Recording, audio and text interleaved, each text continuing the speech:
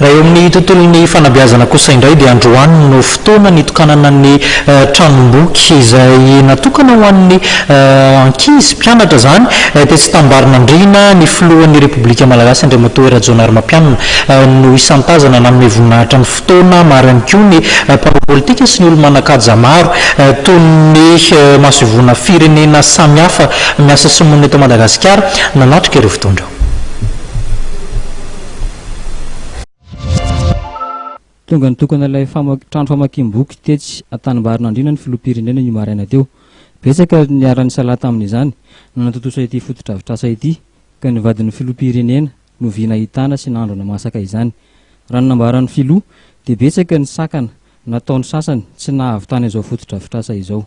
Afaliana ho an'ny filoham-pirenena no tonga manatrika anareo amin'ity androany ity. Manatrika anareo satria ho anareo vahoaka, ho anareo ankizy, ho anareo tanora, ho antsika rehetra izao foto-drafitrasa izay atao izao. Za zao dia temba antany anareo androany vao tena nahita ity biblioteka ity dia ozy aho aminareo hoe zao dia maninona, inona zao maharatsy an'izao. Raha mahavita dia manao fa be dia be amin'izao satria tsika anao be dia be ohatran'izao. Top class, top class. Nandritra ny fitokanana tranomboky io dia nitondra ny lahateny ny lehibe ny faritra Analamanga.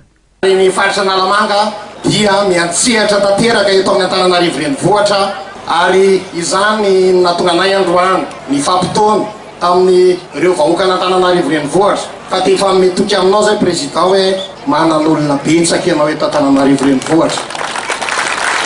Reo izy ireo andriamatofiloha ampahany any ireo. Raha loha ranom-baovao fantatra dia ny teo anivon'ny komina Andrenivohitra no isan'ny sakana tamin'ny fanorenana ity tranomboky ity. Ka rehefa nanontaniana tamin'izany ny ministra Pia dia tsy namaly ny mpanao gazety.